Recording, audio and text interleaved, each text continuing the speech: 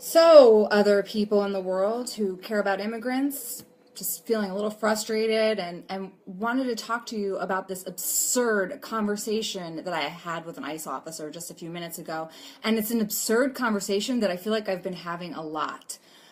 People who are new to this, asylum seekers, once they pass their credible fear interview with an asylum officer, which means someone with a brain thinks that they have enough evidence to make it to court to prove that their life is in danger.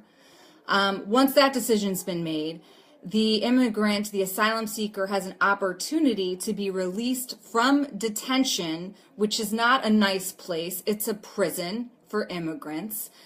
So they can go live in the community with a family member or a friend, and then they would be checking in with their ICE officer periodically and going to their court appointments. And not infrequently, we slap an ankle monitor on them so ICE can know where they are at all times. That's how ankle monitoring works. Since the end of January, I've submitted 5 parole requests for immigrants with who don't have any criminal history. One of them was a grandmother, okay? And ICE has denied all of these parole requests. I'm just going to look at the parole advisal, the general one that ICE gives, which says, you know, if you've passed your credible fear interview, that the agency has the discretion to grant you release if, 1, you can prove your identity, 2, you're likely to appear for future court appearances and appointments, which means you're not a flight risk. You're not going to fly the coop. And number 3, that you don't present a security risk to the United States. Please, will somebody on this earth tell me how asylum seekers with no criminal history, who have never been to the United States, who have places to live with U.S. citizens and U.S. green card holders, who have written letters under penalty of perjury that they are willing to support these people if they are released, how that doesn't meet those requirements? I'm not going to call out the specific ICE officer that I just had this illuminating conversation with, but he told me that it's because there's more bed space now, that they don't have to release them because not as many Haitians are coming to the border. So, you know, there's more room in detention, so it's not a humanitarian crisis anymore. Obviously, this man does not know what the law says or what his job functions are. I said, well, who makes this decision? Did you make this decision? Because that's not actually what the law says. It's not based upon available bed space. And these were decisions, this was law in place that came before we had a wave of Haitian migrants coming to the border. So I'm going to call bullshit on that reason. And if you're going to think of things off the cuff, you might be a little bit quicker and say things that actually make sense. So he passed the buck to his supervisor at Otay Mesa Detention Facility, who I had previously had some correspondence with via email, who informed me a month ago that ICE wasn't going to be making any determinations on who was going to be released, even though the asylum seekers passed their interview, because they were waiting for clarification from headquarters. Code, we were waiting for the executive orders from President Trump. Actually, I'm not even going to call him president because he's a fucking joke. So from that guy who sits in the White House, who the popular vote didn't elect. But anyway, waiting, you know, for those orders would basically to keep everyone detained. That is the plan, people. Asylum seekers are going to be detained through the rest of their proceedings. At least that's what they're doing here in San Diego. And you want to know why they're doing that? They're doing that to break their spirits because they have them in prisons away from their families, and they're doing it to break them. There is nothing humanitarian about this. There's nothing that is